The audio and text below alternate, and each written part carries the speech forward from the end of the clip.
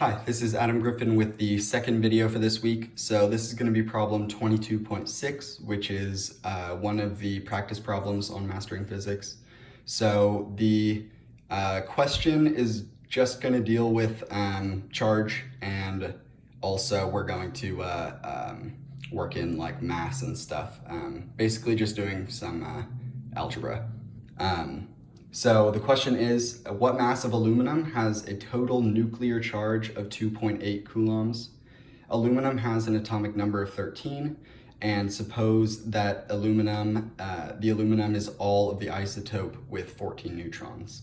So a couple quick things to know before we start, a couple values. So the charge of one proton is 1.6 times 10 to the negative 19th coulombs, and one atomic mass unit, which is how much either a neutron or proton weighs, is equivalent to 1.66 times 10 to the negative 27th kilograms.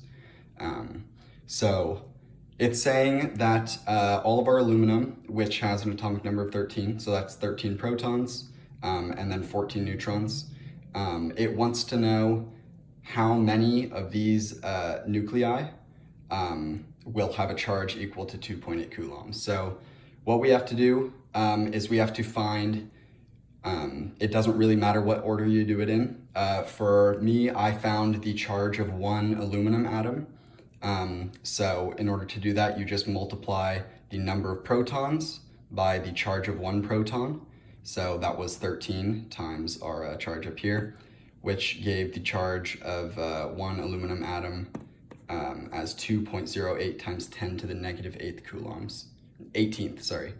And then after that, we know our charge of one atom. So now we need to find the number of atoms to achieve the charge of 2.8 coulombs. So all we have to do is divide our charge that we're trying to get to by the charge of one atom, and it will tell us the number of atoms, which is 1.35 times 10 to the 18th atoms.